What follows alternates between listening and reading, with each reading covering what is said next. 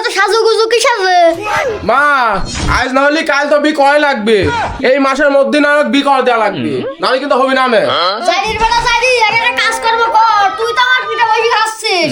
জানিরও তো জানি কপাল পুরাই। কাজ তো পরে করব, আগে বউ আনি দাও, দুজনা মিলি কাজ করব।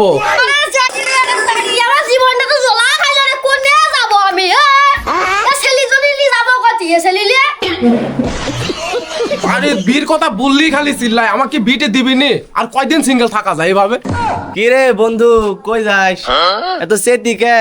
কি হয়েছে? এই মেয়ে দেখতে যাচ্ছি, আমাকে তোর বাড়িতে বিটে দিবি নি? আমাকে নিজে একলাই বীর একটা মেয়ে দেখি করা লাগে, তাছাড়া উপায় নাই কো।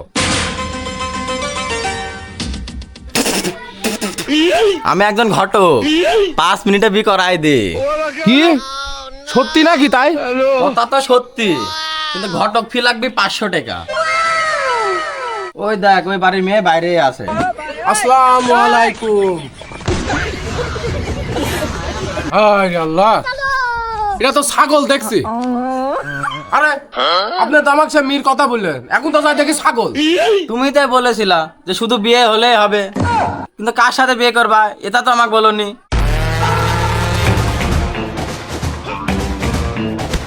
আগে কাজ কাম শেখে, তারপর বিয়ের কথা বলবি।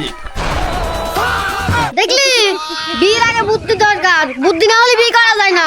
হারামজাদা পুলা। ঠিক আছে, আগে কাজ করব তারপর বি করব, কিন্তু সমস্যা তো একটাই গো মা, সেটি হচ্ছে আমি কাজ করতে লাগে কোনো মিজ হতে আমাকে দেখি পেলে। হায় রে আমার পাগল ছেলি, এ ছেলি বিয়ে করার জন্য এত পাগল, আগে কাজ কাম কর তারপরই না বিয়ে কর। এত পাগল হলে তো হবে না, ছেলেকে আমি যাবো কোনে রে, এত দুঃখ থুবো